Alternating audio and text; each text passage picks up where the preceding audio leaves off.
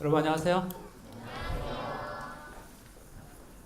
제가 설교한다고 특성한 건 아니죠? 맞아요. 개인적으로 이 자리가 참 어색합니다. 어색해요. 왜냐하면 제가 2016년도 2월을 끝으로 제가 세이와 교내 선교 책임을 내려놓고 우리 최혜종 목사님께 넘겨드린 지 한 2년 만에 여러분 이 자리 앞에 서서 드리는 설교이기 때문에 그렇습니다. 제게 배정된 이 설교가 그래서 참 많이 망설여졌어요. 왜냐하면 여기 앉아있는 여러분들 가운데 대부분과는 제가 개인적인 교분과 교감과 소통이 별로 없었기 때문이에요. 저는 여기 있는 우리 졸업한 4학년 학생들 그리고 직장 입반 친구들은 제가 대부분 알지만 그 외 친구들은 제가 잘 모르기 때문입니다. 그러나 그러면서도 또 이 특별한 시간을 또 우리가 함께 해야 한다면 하나님께서 어떤 말씀으로 우리가 함께 은혜 받기를 원하실까를 고민하다가 오늘의 설교의 제목을 가지고 이 자리에 서게 되었습니다. 사실 이 주제는 제가 세이의 책임을 맡고 있었던 약 4년 기간 동안에 거의 저도 설교를 해본 적이 없어요. 이 주제를 가지고. 그리고 이 시간에 선포되는 말씀을 들었던 적이 거의 없었습니다. 우리가 이 시간에 선포되는 말씀은 선교라든지 또 그리고 소명이라든지 전도라든지 하나님께서 우리 주신 사명이라든지 이런 내용이었는데 이런 내용에 대한 설교를 저도 기억을 돌아보니 해봤던 적이 별로 없었던 것 같아요. 그래서 얼마 전에 우리 직장입반 친구들하고 같이 말씀을 나누다가 했던 내용들을 조금 정리해서 가지고 왔습니다. 여러분 신약성경의 첫 세 권인 마태복음, 마가복음, 누가복음을 통틀어서 무슨 책이라고 하는지 여러분 아세요? 공관복음이라고 해요. 공관복음의 의미는 뭘까요? 공통된 관점의 복음서다 그런 의미일 거예요. 그래서 사실 마태, 마가, 누가복음에는 서로 비슷한 내용들이 많이 있고요. 또 쓰여진 시기도 대단히 비슷합니다. 예수님의 십자가 사건과 예수님의 승천 사건이 있었던 AD 31년 이후에 한 30년 정도가 지났을 때에 그래서 AD 60년경이 되었을 때 마태복음, 마가복음, 누가복음이 세상에 나오게 됐어요. 거의 비슷한 시기에 나왔어요. 근데 제가 오늘 말씀드리려고 하는 이 내용은 이 세 권의 책 공관복음에 대한 이야기가 아니라 여러분들이 보시고 계신 제목처럼 요한복음과 관련해서 말씀을 드리려고 해요. 사실 2000년이 지나고 또 시간이 계속해서 흐르면서 예수님을 믿는 성도들이 경험하게 되는 하나의 커다란 딜레마가 있습니다. 그것이 무엇인가 하면 예수님의 재림의 지연이에요. 예수님의 재림이 지연되고 있는 것입니다. 사실 요한이 요한복음을 기록했던 그 목적이 예수님의 재림이 지연되고 있는 상황에서 그 예수님을 믿고 있는 그리스도인들이 어떻게 그 상황을 대처해야 하는지에 대한 종말론과 관련한 말씀이 요한복음에 가득 차 있어요. 왜 그런지를 좀 설명드리겠습니다. 여러분 공관복음이 AD 몇 년쯤에 쓰여졌다고요? 60년대에 쓰여졌어요. AD 60년경이 되었을 때는 세상에 이미 마태복음과 마가복음과 누가복음이 있었어요. 그런데 이 요한복음은 언제쯤에 쓰여졌을까? 요한복음은 공관복음이 세상에 나온 지 또 한 30여 년이 지난 AD 90년대에 요한복음이 세상에 나오게 되었어요. 그런데 이렇게 나오게 된 공관복음과 요한복음의 세상의 종말에 대한 끝에 대한 관점이 대단히 많이 달라요. 자, 어떻게 다른지 한번 보시겠습니다. 마태복음과 마가복음 13장에는 이렇게 말씀합니다. 내가 진실로 너에게 이르노니 이 세대가 지나가기 전에 이 일이 다 이루리라. 토시 하나 다르지 않고 똑같아요. 근데 누가복음에는 또 이 내가 진실로 너에게 이르노니 이 세대가 지나가기 전에 모든 일이 다 이루리라. 지금 이 말씀은 누가 하신 말씀이에요? 예수님이 하신 말씀이에요. 근데 예수님이 말씀하시면서 이 세대가 지나가기 전에 이 모든 일들이 다 이루어지겠다. 세상의 끝이 이르러 오겠다. 그렇게 말씀하셨습니다. 자, 이 세대는 this generation. 근데 한 세대를 우리가 몇 년 정도로 잡을까요? 자, 김현호 몇 살? 몇 살요? 아니, 당신이 몇 살이냐고요? 29이에요. 예. 김신택 어디 있었는데 아까? 거기서 30 넘었죠? 30을 넘었는데 자식이 있어요. 근데 그 자식이 30년이 또 지나면 어떻게 될까요? 또 결혼을 하겠죠. 그리고 또 뭘 할까요? 자식을 낳아요. 그래서 한 세대를 보통 한 30년이라고 잡아요. 30년이라고 잡아요. 그런데 공간복음에서는 뭐라고 말씀하고 있는가? 지금 읽은 것처럼 이 세대가 지나기 전에, 한 세대가 몇이에요? 30년. 30년이 지나기 전에 세상의 종말이 이르러 올 것처럼 말씀하셨어요. 그런데 지금 이것만 누가 얘기하신 거라고요? 예수님이 하신 말씀이에요. 예수님은 AD 몇 년도에? 한 30년경에 말씀하셨어요. 30년경에 말씀하셨고 AD. 그런데 그렇게 하고 한 세대가 지나가는 거예요. 근데 AD 60년대에 공간복음이 나왔는데 사람들이 그 공간복음을 읽으면서 맞아, 30년 전에 예수님 이 말씀하셨어. 기억나죠? 그러니까 그런데 예수님이 30년 전에 말씀하실 때 이 세대가 지나가기 전에 세상의 끝이 이르겠다고 하셨으니까 지금 마태복음, 마가복음, 누가복음을 받아들고서는 이제 그러면 예수님이 말씀하셨던 그 한 세대가 거의 끝이 이르러 오고 있네? 라고 생각합니다. 그래서 마태복음과 마가복음과 누가복음을 받아든 그 사람들은 이제 곧 세상의 종말이 이르겠구나라고 생각하고 있었어요.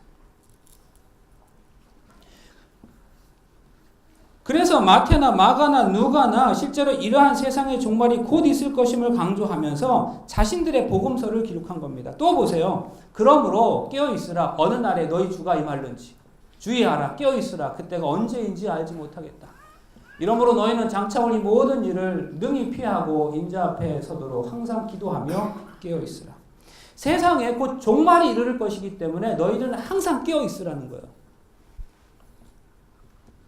대단히 긴박한 긴장을 촉구하고 있습니다. 그래서 공간복음은 예수님의 재림이 세상의 끝이 대단히 빠르게 임할 것처럼 표현되어져 있습니다. 이처럼 공간복음에서는 예수님의 재림의 긴박성이 곳곳이 드러나고 있어요. 이 세대가 지나가기 전에. 그러니까 사람들은 이 성경을 받아들고 읽으면서 자기들이 살아있을 때에 세상의 종말이 올 것으로 기대하고 있었어요. 그런데 여러분, 요한복음은 언제쯤에 쓰여졌다고요? AD 몇 년대에? 90년대. 성경은 사실 성경 가운데서 가장 늦게 쓰여진 성경이 요한복음이에요. 요한계시록은 요한이 밤모습에서 유배되었을 때 썼지만 밤모습에서 풀려나 있을 때 에베소에 있으면서 쓴 성경이 요한복음이에요. 그래서 마지막에 쓴 성경이에요. 예수님의 십자가 사건이 AD 31년에 있었으니까 AD 90년대에 요한복음이 세상에 나왔다면 한 60년이 넘은 시간이 지난 시점에서 세상에 요한복음에 나오게 된 거죠. 그러면 예수님께서 말씀하신 그 세대, 이 세대로부터 한 세대가 지나고 또 한 세대가 지났는데도 예수님의 재림이 지연되고 있는 것입니다. 그렇죠? 예수님께서 30년경에 말씀하신 이후로 30년을 기다렸어요. 그때 사람들은 세상에 종말이 오는 줄 알았습니다. 마태복음을 보면서 그때 예수님께서 말씀하셨던 그 말씀을 회상하면서 이제 세상의 끝이 이르겠구나 생각을 했어요. 그런데 아니었어요. 그리고 또 30년이 또 지난 것입니다. 그런데도 여전히 예수님의 재림이 지체되고 있습니다. 이제 요한이 요한복음을 기록할 수밖에 없었던 이유는 예수님이 하늘로 승천하신 그 이후로 모든 그리스도인들이 다 예수님의 재림을 기다렸는데 아직도 예수님이 재림하시지 않는 거예요. 예수님의 재림이 지체되고 있었습니다. 그래서 요한이 요한복음을 기록하던 그때 AD 1세기 말에는 그리스도인들 사이에서 더 이상 예수님의 재림에 대한 긴장감이 사라져 있었어요. 긴박함이 없어지는 겁니다. 지금까지 기다렸는데 오시지 않더라. 긴장감이 사라진 거예요. 그래서 이 그리스도인들에게 예수님의 재림이 지체되는 것에 대한 바로 이 순간 오늘을 살아가면서 어떠한 신앙적 경험을 하도록 해야 할 것인지에 대한 그러한 것들이 필요하게 되었던 거예요. 그래서 요한이 요한복음에서 가장 많이 반복하여 나타나고 있는 표현 중에 하나가 성령 하나님이에요. 예수님의 재림이 지체되고 있지만 지금 성령 하나님을 통해서 예수님을 만남으로 지금 바로 지금 오늘 늘 항상 예수의 재림을 경험할 수 있으며 또 그렇게 살아가라고 하는 내용이 요한복음의 말씀입니다. 여러분 오늘날도 마찬가지예요. 오늘날 이 교회가 겪고 있는 최대의 문제는 바로 예수님의 재림의 지연입니다. 예수님의 모든 약속들이 다 성취되었어요. 그러나 재림의 약속만이 아직 남아 있습니다. 세상이 이토록 고통 가운데 있으며 모든 인류가 오랫동안 이 약속의 성취만을 기다렸는데 아직도 예수님의 재림이 지체되고 있는 거예요. 신랑이 더디오는 것입니다. 결혼식을 시작한 지 한 10분이 지나고 20분이 지나고 30분이 지나면 그랬는데도 결혼식이 시작이 안 되고 있어요. 그러면 조금씩 가객들이 술렁거리기 시작하겠지요. 30분, 40분, 50분이 지났는데도 여전히 결혼식이 시작되지 않으면 어떻게 되겠습니까? 체면 때문에 부조금이나 내려왔던 사람들은 주그마니 그 자리를 뜨게 될 것입니다. 어떤 사람들은 주최 측을 욕할지도 모르겠어요. 도대체 하객들을 뭘로 보고 말이냐. 시간이 지날수록 사람들은 더 많이 떠나갈 것입니다. 그리고 나중에는 신랑과 신부, 개인적인 관계만이 있는 사람들만이 남게 되는 거죠. 그런데 그 사람들은 늦어지는 결혼식만을 기다리는 것이 아니라 그에 대해 함께 걱정하고 신랑 그 자체를 기다리게 되는 것입니다. 마찬가지예요. 예수님의 재림을 기다리는 사람들은 예수님의 재림이 지연될 때에 지쳐서 떨어져서 세상으로 돌아가게 될 것입니다. AD 1세기에 예수님의 재림을 기다리던 그리스도인들에게 이러한 혼란이 찾아왔어요. 기다리던 예수님의 재림이 지체되고 있었습니다. 이런 상황에서 요한은 이들에게 무언가를 말해줄 필요가 있었어요. 예수님의 재림의 지연에 대한 대단히 분명한 종말론적 그리고 신학적 이해가 그 당시 AD 1세기의 그리스도인들에게 필요했습니다. 그리고 여전히 그때의 그 말씀은 여전히 예수님의 재림의 지연으로서 여전히 그 재림을 기다리면서 그 재림을 갈망하면서 딜레마 가운데서 우리의 신앙을 유지하려는 오늘 우리에게 여전히 요요한 말씀이 되고 있습니다. 이러한 상황에서 가장 좋은 것은 시기를 정하는 거예요. 그러나 그것은 성서적 아닙니다. 왜요? 그날과 그 시는 아무도 모르기 때문입니다. 자, 이제 요한이 예수님의 재림의 지연으로 인해서 그 예수님의 재림을 기다리던 그 긴박감이 사라진 그 AD 1세기의 그리스도인들에게 무엇을 말하는가? 자, 요한복음 1장을 펴면서 그는 이렇게 얘기합니다. 말씀이 함께 읽을까요? 시작. 말씀이 주님이 되어 우리 가운데 하시매 우리가 그 영광을 보니 아버지의 주체자의 영광이요 은혜와 진리가 충만하더라. 예수께서 우리 가운데 오신 것을 강조하는 거예요. 그런데 구약에서 이런 표현이 종종 등장합니다. 자, 제가 그냥 볼게요. 너희는 내가 호렙에서 온 이스라엘을 위하여 내 종 모세에게 명한 법, 곧 율례와 법도를 기억하여 보라. 여호와의 크고 두려운 날이 이르기 전에 내가 선지 엘리야를 너희에게 보내겠다. 말라기 4장에 있는 말씀이고, 그 다음에 요에서 2장에서도 말씀합니다. 여호와의 크고 두려운 날이 이르기 전에 해가 어두워지고 달이 핏빛같이 변하려니와. 구약에서 여호와의 크고 두려운 날, 여호와의 날은 이 구약의 성경에서 사람들이 그 구약 성경을 믿고 있었던 사람들에게 어떤 의미와 뉘앙스와 어떤 모티프가 있는가 하면 여호와의 날이라고 하는 개념은 하나님께서 여호와께서 인간 세상에 방문하시는 날이에요. 방문의 날인 거예요. 근데 하나님이 인간에게 방문하시는 그 날은 그 유한 목적이 있어요. 여호와의 날은 하나님께서 인간을 방문하시는 그 이유는 심판과 구원이었어요. 어떤 사람에게는 심판으로, 어떤 사람에게는 구원으로 예수님이 여호와께서 등장하시는 것이었어요. 그런데 구원과 심판은 시기적으로 어떤 세상의 시작점에 있을까요? 중간에 있을까요? 끝에 있을까요? 언제 있어요? 끝이에요? 중간이에요? 시작이에요? 끝이죠. 그러니까 여호와의 날이라고 하는 개념은 하나님께서 인간에 방문하시는 날인데 그 방문의 목적은 심판과 구원이고 그 심판과 구원은 무엇과 관련된 거예요? 시기적으로? 끝과 관련된 거예요. 그래서 여호와의 날은 무엇과 관련한 거예요? 종말과 관련한 것입니다. 그런데 베드로가 나중에 예수님의 초림을 묘사하면서 바로 앞서 읽었던 요에서 2장 31절에 있는 말씀을 인용하게 됩니다. 곧 선지자 요엘로 말씀하신 것이로 이르시되 주의 크고 영화로운 날이 이르기 전에 해가 변하여 어두워지고 달이 변하여 피가 되리라. 베드로가 말세에 있을, 종말에 있을 그 요엘의 그 성경절을 예수님이 이 땅에 오셨던 그 초림에 대한 이야기를 하면서 그 이야기를 기록한 거예요. 그러면서 그게 무엇이었다? 여호와의 날이었다. 여호와의 방문이었다 얘기하는 거예요. 그런데 그 표현을 요한은 그게 아니고 뭐라고 얘기하는가 하면 우리 가운데 거하심에 이것으로 다르게 표현하고 있습니다. 여러분 이쯤 되면 지금 저 목사님이 뭘 얘기하려고 하시는 걸까 하는 분들이 있을 것 같아요. 결론 말씀드리면 요한은 요한복음을 시작하면서 예수님의 초림 이야기합니다. 말씀이 육신이 되어서 우리 가운데 거하셨다. 그 초림 얘기를 하면서 예수님이 우리 가운데 거하신 그 사건을 언급하면서 예수님께서 우리 삶에, 우리 인간 세상에 방문하셨다는 사실을 강조합니다. 그러면서 하나님의 방문은 종말적인 사건을 의미하는 것이므로 예수님의 초림 자체가 사실은 종말이라는 사실을 얘기하고 있는 거예요. 그러므로 여호와의 날은 예수님의 초림과 함께 시작되었다라고 얘기하는 것이 요한이 얘기하고 있는 거예요. 지난 4,000년 동안 창세 이후로 약속되던 모든 것이 예수님의 초림을 통해서 다 이루어졌어요. 제자들에게 있어서는 그 당시 모든 그리스도인들에게 있어서는 이제 세상은 이미 다 끝난 것과 다름이 없다고 얘기하는 것입니다.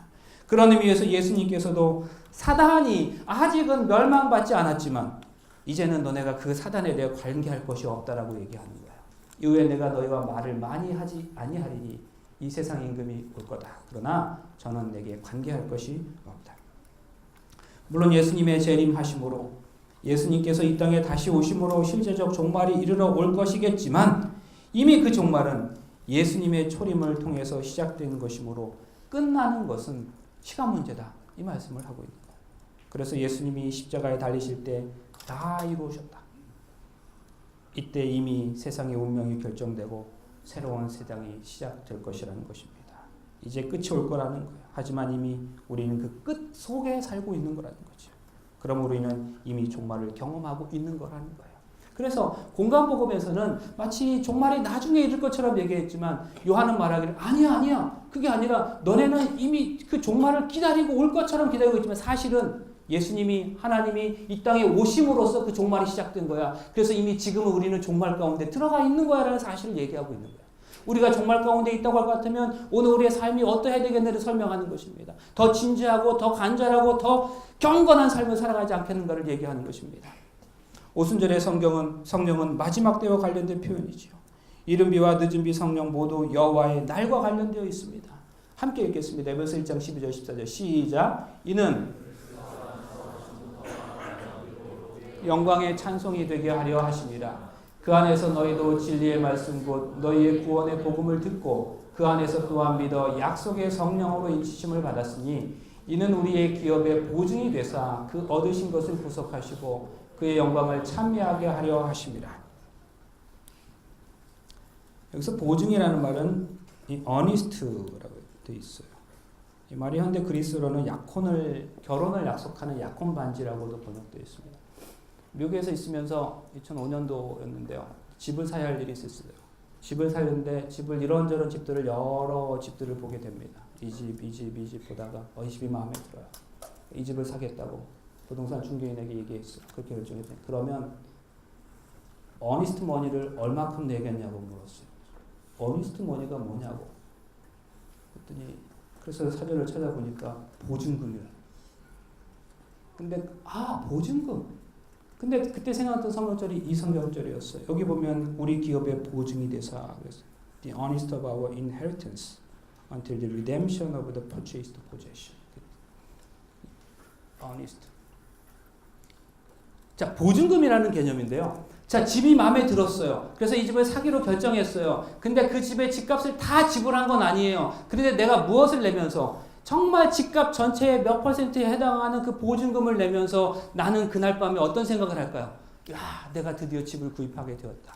나는 이 집에 어떻게 꾸밀 것인가? 이제 이 가구를 어떻게 집어넣을 것인가? 어디에 어떤 가구들을 어떻게 배치할 것인가? 그리고 내 이 방은 누구를 위해서, 내 사랑하는 딸을 위해서 어떻게 해줘야 될까 생각하지 않겠어요? 나는 아직 집값을 다 지불하진 않았지만 보증금을 지불한 그 순간 그 집은 이제 나의 것이 되는 것입니다. 그리고 그 집을 가꾸기 위해서 머릿속에 상상하면서 그 밤을 보내게 되는 것입니다. 이게 그리스어로는 약혼 반지와 같은 의미를 가지고 있다 그랬어요. 약혼을 한 것입니다. 결혼하지 않은 거예요. 미국의 관점에서 보면, 서양의 관점에서 보면 결혼하면서 남편의 성을 아직 따라가진 않았지만, 그러나 약혼하면서 결혼하지 않았지만, 남편의 성을 아직 바뀌지 않았지만 성으로, 그러나 부모님이 물려주신 그 성을 여전히 나는 가지고 있지만, 그런데 나는 약혼 반지를 만지면서 이것을 쓰다보면서 무엇을 생각하는 거예요? 결혼 생활을 생각하는 거예요. 아직 결혼에 이르지 않았다고요. 아직 집을 산 것도 아니에요. 모든 잔금을 다 치른 게 아니에요. 그러나 보증금을 낸 순간 그때부터 그 집은 나의 집이 되는 거예요. 근데 성령 하나님께서 우리와 성령 하나님이 함께하는 동안에 그 성령께서 천국에 대한 보증이 되신대요. 우리가 성령 하나님과 함께하는 동안 우리는 이미 그 천국에 이르는 것이나 다름이 없다는 것입니다. 예수님이 진짜 오셔야 행복한 것이 아니라 행복은 지금 이 순간부터 느껴지기 시작하는 거래요. 이미 동거가 시작되었다는 말입니다. 말씀이 육신이 되어 우리 가운데 거하시며 이미 동거의 경험이 시작되는 것입니다. 우리가 아직 실제적 종말을 경험한 것은 아니지만 하늘의 경험을 이미 시작한 것은 아니지만 이미 은혜의 왕국에서 동거가 시작되었다는 것입니다. 그래서 로마서 8장에서는 이렇게 말합니다. 우리가 소망으로 구원을 얻었다. 우리가 아직 하늘에 가지 않았지만 우리의 마음은 여전히 보증을 받음으로 여기에서 오늘 실현된 종말론의 기쁨을 느끼고 있다는 거죠. 생텍쥐베리가 지은 어린아 랑자의 책이 있습니다. 비행기 조종사였던 이 생텍쥐베리가 이 책을 쓰고 실종되었다고 전해집니다. 근데 이 책엔 정말로 우리의 마음을 이렇게 심쿵하게 하는 좋은 표현들이 많이 있는데 그중에 제가 좋아하는 한 표현이 여기 있습니다. 가령 내가 4시에 오후 4시에 온다면 나는 3시부터 행복해지기 시작할 거야. 시간이 지날수록 나는 점점 더 행복을 느끼겠지. 4시가 되면 안절부절 못하고 걱정이 되고 그럴 거야. 약속한 4시가 아직 오진 않았지만 정말 사랑하면 3시부터 그리고 그 이전부터 이미 사랑하게 나는 그 사람과 만나게 될 그 기대감에 벌써 행복에 젖어들게 되는 거지요. 마음으로는 이미 만나고 있는 겁니다. 그러므로 여러분 기억하세요. 우리 주님의 재림의 날에 우리의 운명이 결정되는 게 아니에요. 우리의 운명은 바로 지금 이 순간에 결정되어지는 겁니다. 그러므로 오늘 우리가 이 예수님을 우리 마음 가운데 모신다면 이미 우리는 천국을 경험하는 것입니다. 영국의 천국은 아직 오지 않았어요. 그러나 오늘 우리가 은혜의 천국을 경험할 수 있다면 우리는 예수님의 지연되는 그 재림마저도 기다릴 수 있는 것입니다. 이것이 바로 1세기 이후의 독자들에게 요한이 그토록 말하기를 원했던 그 중점 사항이었습니다. 사랑하는 여러분, 우리 주님 오실 거예요. 언제인지 모르지만 분명히 오실 것입니다. 오늘 우리 주님의 재림이 지연된다고 해서 우리의 믿음이 흔들릴 것이 아니라 우리 주님을 내 안에 모심으로 주님과의 동거를 시작하시는 오늘 우리 모두가 되시기를 간절히 바랍니다. 오늘 우리가 한 가지 또 생각해 봐야 할 내용이 있습니다. 오늘 함께 교독하여 읽었던 본문의 말씀 요한복음 14장 1절에 3절 함께 다시 한번 합독하도록 하겠습니다. 너희는 마음에 시작.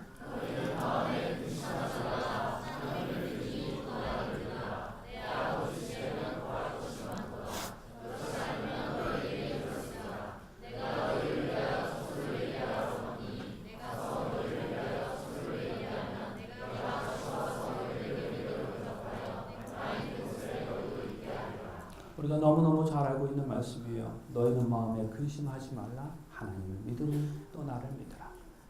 그런데 우리가 이 성경절을 잘 이해하기 위해서는 또 마태복음의 또 한 성경절을 같이 비교해서 보면 좋겠다는 생각이 들었어요.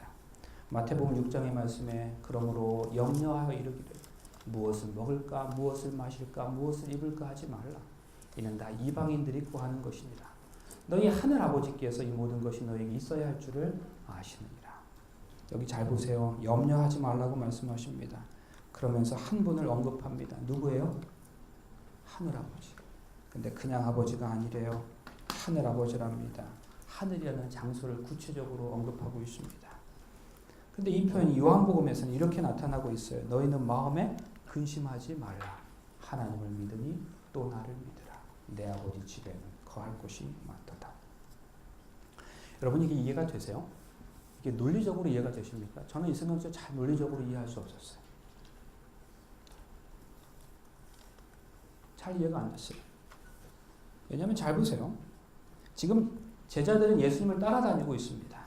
그냥 따라다니는 게 아니에요. 집들을 버렸어요. 가족을 버렸어요. 직장도 버리고 예수님을 따라다니고 있는 거예요. 그리고 그렇게 예수님을 따르고 있는데 제자들의 자신들의 마음 가운데 어떤 생각을 가지고 있는가 하면 예수님께서 정말 자신의 모든 걸 다해서 따라다니고 있는데 어느 날 예수님이 그러신 거예요. 당신이 죽으시겠대요. 십자가에 달려 죽으시겠대요. 정말 비참하고 비굴하게 처참하게 그렇게 죽으시겠다는 겁니다. 그때 사실 제자들은 예수님이 로마 정부를 엎어놓으시면 정복하시면 로마를 나는 이제 그 나라에서 우측에 좌측에 앉을 걸 생각하고 있었는데 갑자기 예수님이 죽으시겠다는 거죠. 이제 제자들의 마음 가운데 걱정이 찾아왔어요. 마음에 근심이 찾아오는 거예요. 여러분, 우리 인생에서요, 경제적 문제, 경제적 근심이 찾아오게 되면 우리 주님께서 어떻게 말씀하셔야 맞을까요? 이렇게 말씀하셔야 되지 않을까요? 너 경제적 문제가 있어? 걱정하지 마. 근심하지 마. 하나님을 믿으니 또 나를 믿어. 내가 네 그 경제적 문제를 해결해 주겠다. 이렇게 말씀하셔야 되는 거 아니냐.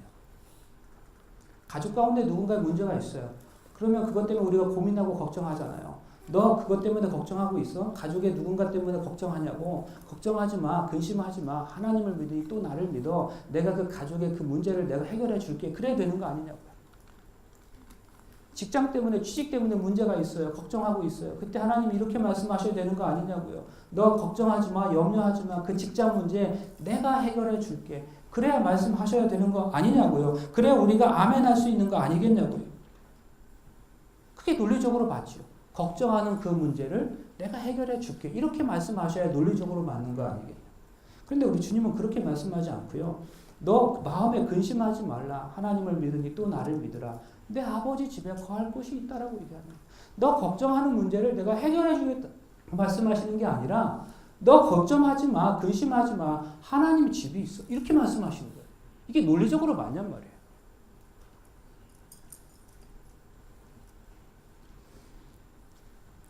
이상하지 않아요? 염려하고 근심하는 것이 해결되어야 하는 거 아니겠어요? 그런데 우리 주님은 염려하지 말라고 하시면서 근심하지 말라고 하시면서 갑자기 아버지 집을 언급하고 계신 거예요. 염려하고 있는 그 문제를 해결해 주겠다고 말씀하시는 게 아니라 아버지 집을 언급하시는 거예요.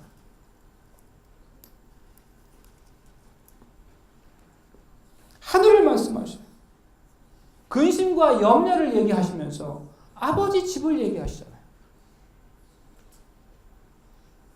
이게 무슨 얘기일까? 여러분, 지금 우리 주님께서는 아마 이렇게 생각하셨던 것 같아요. 우리 주님은 제자들이나 우리의 고민하는 염려가 무엇인가를 아시고 계셨어요. 그것이 바로 거처 때문이에요. 거처 때문에. 자리 때문에 고민한다. 잘 보세요. 제자들은 생각했습니다. 예수님이 지금의 이 로마의 압제로부터 상황을 뒤엎어 놓으시면 자신들의 자리가 있다고 생각했어요. 우의정, 좌의정 뭐 그런 자리 자신들의 것이라고 생각했어요. 그런데 예수님이 죽으실 것이랍니다. 이제 제자들은 자신들의 그 예정된 거처가 상실될 것에 대한 걱정이 생겼어요. 염려가 생겼어요. 그래서 우리 주님은 갑자기 그 거처 얘기를 하신 거예요. 내 자녀가 대학에 가야 합니다. 그런데 그 자녀를 왜 걱정합니까? 가고 싶은 그 대학에 내 자녀의 자리가 없을까 봐 걱정하는 거 아니에요? 여러분, 어느 직장에 내가 들어갈 자리가 없을까 봐 걱정하는 거죠. 우리의 염려와 근심은 다 자리 때문이에요. 거처 때문이에요. 또 보세요. 돈 잘 버는 사람들이 있어요. 정말 그런 사람들의 무리가 있더라고요. 그런데 내게 걱정이 있어요. 왜 그렇습니까? 내가 그 돈 잘 버는 사람들의 자리에 있지 못할까 봐 걱정인 거예요. 그들의 무리 가운데 있지 못할까 봐 걱정인 것입니다. 우리 주님은 그 자리와 그 거처 때문에 염려하는 것이라고 생각하는 거예요. 그래서 우리 문제를 풀 때에 거처 얘기를 하신 것입니다. 하나님 나라 천국 얘기를 하셨어요. 그러면서 하신 말씀이 하나님을 믿으니 또 나를 믿어라. 근데 여기 믿다라는 말의 라틴어 표현이 뭔지 아세요?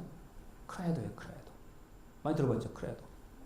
근데 크레도라고 하는 말의 원래 표현과 의미가 무엇이냐면 심장을 들이다, 그런 의미를 가지고 있어요. 뭘 들이다? 심장을 들이다.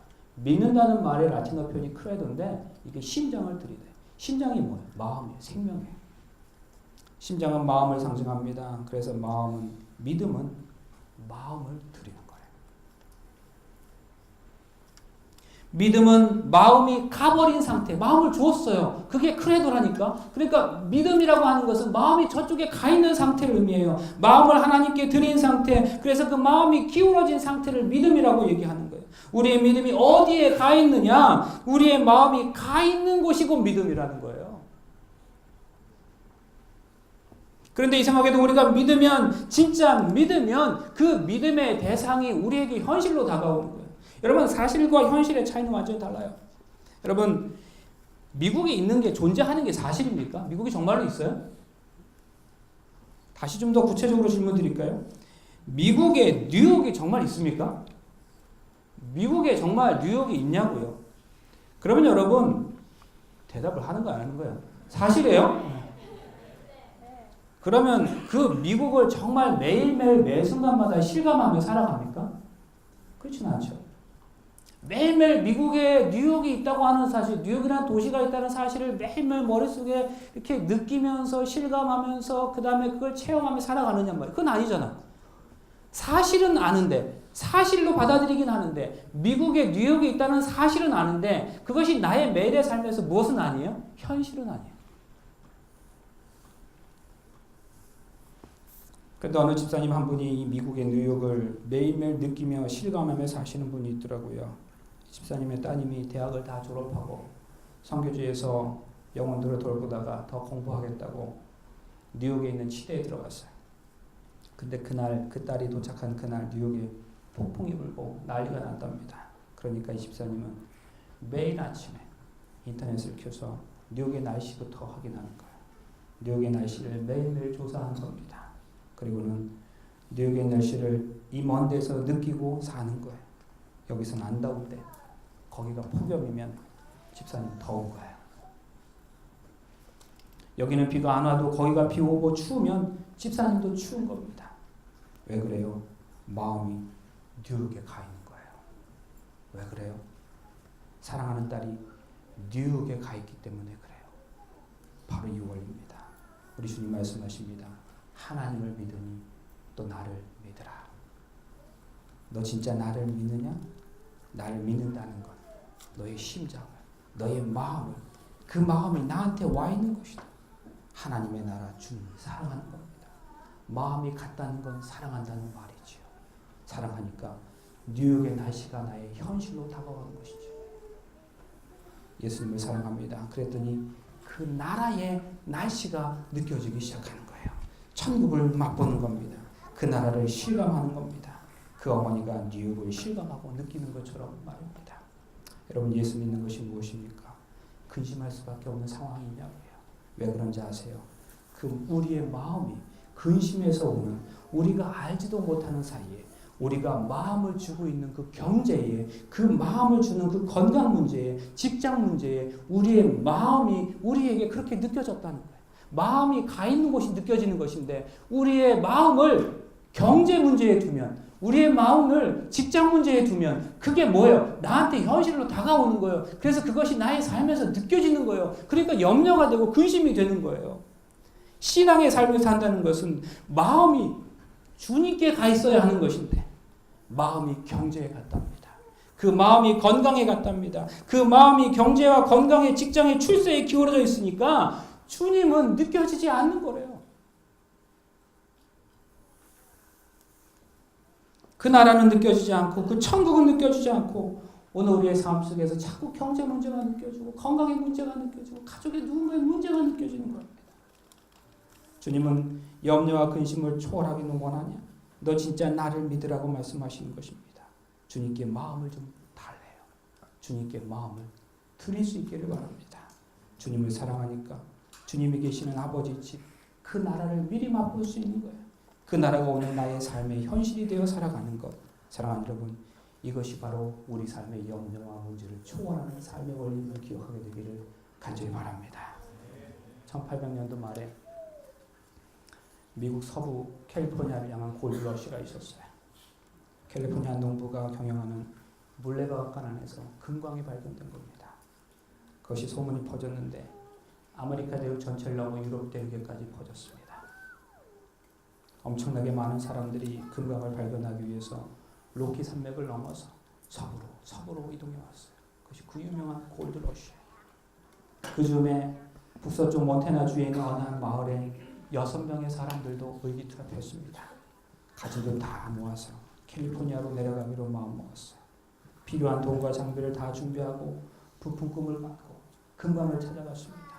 그런데 실제 가서 열심히 했는데 금맥 하나 찾지 못했어요. 가지고 온 돈을 다 써버렸습니다. 식량도 떨어졌어요. 거기다가 설상가상으로 본토인 인디언의 습격을 받았습니다. 죽다 살았어요. 목숨만 겨우 부지했습니다. 겨우겨우 먹을 것 거의 없이 삶을 겨우겨우 연명하다가 그들이 결국 고향 땅으로 돌아가기로 결심합니다. 그 6명 힘을 합쳐 서로 격려하면서 고향으로 돌아가는 길이었어요. 어느 날 어느 시점에서 어느 장소에서 잠깐 쉬려고 잠깐 모래사장에 털썩하고 주저앉았습니다. 그렇게 쉬다가 우연히 그들이 주저앉았던 그 모래 속에서 뭔가 번쩍거리는 것을 발견하게 돼요. 여러분, 사금이었어요. 그 6명이 서로 눈을 쳐다보며 서로 놀랐습니다. 그리고 그들이 의논합니다. 지금 우리가 이 사금밭을 발견하긴 했지만 어설프게 이 사금밭 채취를 시작하게 되면 얼마 캐지도 못하고 다 소문이 날 거야. 장비와 그리고 자금력 있는 사람들이 들어오면 결국 우리는 우리의 분량도 제대로 챙기지 못한 채 다 빼앗겨 버리고 말 거야. 우리 이걸 다 묻어두자. 그리고 다시 고향으로 돌아가자. 그리고 이것을 캘 만한 모든 장비와 돈을 다시 준비해가지고 다시 오자. 그때까지 우리가 이것을 비밀로 하자. 그들이 그렇게 하기로 했어요. 그리고 집으로 돌아갔습니다. 그리고는 이들은 돈을 모으고 사금을 캘 만한 만반의 준비를 비밀리에 하기 시작했어요. 어느 정도 준비가 끝난 다음에 그 6명이 약속한 시간과 순서에 따라서 고향 땅을 빠져나왔습니다. 6명이 함께 나오면 사람들에게 눈이 띄울까봐 그것도 그 치밀한 작전이었습니다. 그렇게 해서 사금밭 앞에 도착했는데 세상에 100명이 넘는 고향 사람들이 거기 이미 다 와 있었습니다. 네가 말하지. 아니야, 나 말 안 했어. 정말 그럼 네가 말했어? 나도 말 안 했어. 정말이야? 정말이라고. 그런데 그렇게 알아보니 정말 그 6사람 가운데 말한 사람이 한 명도 없었어요. 그런데 100명이 넘게 사람들이 거기 와 있었어요. 진짜 아무도 말 안 했습니다. 그런데 그 사람들이 몇 달 동안 고향에서 재기를 위해 준비하는 동안 마을 사람들이 그들의 얼굴을 보았대요.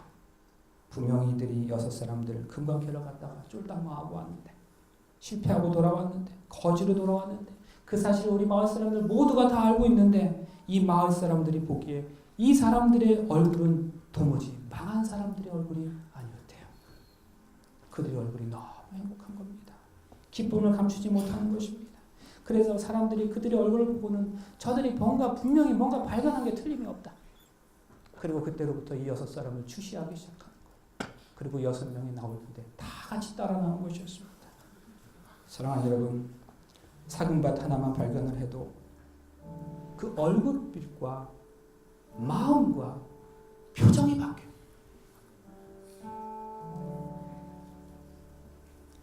그 사금밭에 마음을 두니까 쫄딱 망한 그 사람의 마음에 근심이 어디 있어요? 없어요. 염려가 어디 있어요? 없어요. 기쁨이에요. 감동이에요. 천국이에요. 여러분, 예수 믿는 것이 무엇입니까? 하나님을 믿으니 또 나를 믿으라. 네 마음을 나에게 주라는 거예요. 그리고 하나님 나라, 하나님 계시는 그 나라를 한번 느껴보라는 거예요. 그 나라 맛보고 나면 금광이랍니다. 금광 한번 맛보고 나면 터전을 잃어버려도 우리의 낯빛에서 나오는 것은 기쁨이랍니다. 감추지 못하는 거예요. 그 나라의 비밀, 기쁨과 감사의 평안을 감출 수가 없습니다. 주변 사람들이 물어봅니다. 넌 이렇게 가난한데, 네 집안에 문제가 있어서 걱정투성인 거 내가 아는데 너 어떻게 이렇게 행복할 수가 있어? 너 그 기쁨의 근원은 도대체 무엇이니?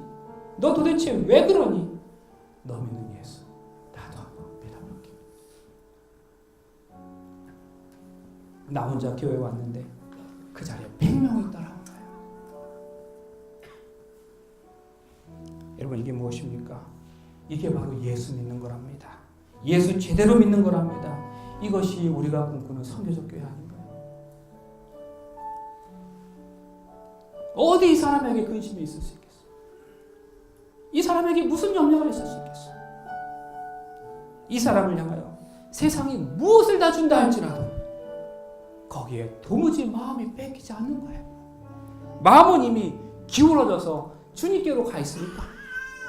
마음이 이미 기울어져서 아버지가 나라로 가 있는데 그 나라를 매일매일 경험하며 느끼는데 그 기쁨이 얼마나 큰지를 아는데 이 세상에 무엇이 나로 하여금 마음을 빼앗기게 할 수 있는 말이에요.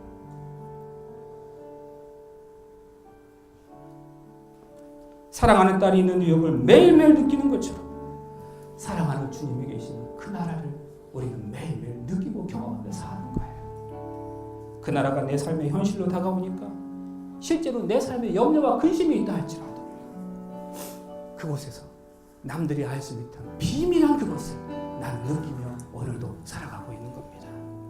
사도 바울이 아그리파 왕에서 이렇게 얘기했어요. 왕이시여, 왕이시여, 나같이 되길 원하나이다. 이 사람 미친 거 아니에요? 이게 말이 됩니까? 왕 앞에서 왕에게 당신 정말 좀 나처럼 됐으면 좋겠습니다. 누가요? 죄수가요? 누가요? 거지가요? 쇠사슬에 묶여서 아무런 자유 하나 없는 이 사람이 왕한테 자기처럼 되기를 원한답니다. 왜 그렇습니까? 사도 바울은 이미 3층천을 갔다 왔거든요. 천국을 맛보고 왔거든요. 천국을 맛보았어요. 그러니까 이 땅에서 그를 묶어놓을 것이 아무것도 없는 거예요. 왕 자리를 줘도 소용없답니다. 그리고 왕 보고 나처럼 되랍니다. 왜요? 그는 금광을 봤거든요. 하나님 나라를 본 사람은 이 땅에 매어도 근심 없습니다. 묶을 것이 없어요. 오늘 옷탈벌 걸칠 게 없어요. 건강을 잃어버렸어요. 괜찮답니다. 직장을 잊었어요. 괜찮답니다. 그 상황에서 당신 제발 좀 나처럼 됐으면 좋겠답니다. 왜요? 금광을 발견한 사람은 오늘 이 땅에 어떤 상황 속에서도 그 나라가 내 나라고 하나님 그 나라를 나의 현실로 받아들일 뿐만 아니라 그 나라가 오늘 주는 기쁨과 희망과 화평이 평강이 오늘 내 삶에서 느껴지는 근심과 걱정을 능가하는 것입니다.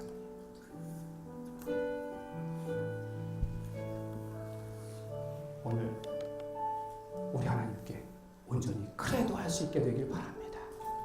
우리의 심장을 주님께 드릴 수 있길 바라요. 우리의 믿음을 주님께 표현할 수 있길 바랍니다. 우리 마음이 가 있는 곳을 느낄 수 있어요. 오늘 우리가 천국을 향하여 하나님 나라를 향하여 우리가 우리의 마음을 주님께 드려서 오늘 실현된 세상의 끝은 이르지 않았지만 우리 주님을 우리의 눈으로 목도하며 살아가지는 않지만 그러나 우리의 마음을 주님께 드림으로 주님과 더불어 교제하면서 그분과 함께 통과하면서 그분과 함께 기쁨을 느끼며 살아가는 우리 모두가 되시길 간절히 바라면서 말씀을 마치겠습니다.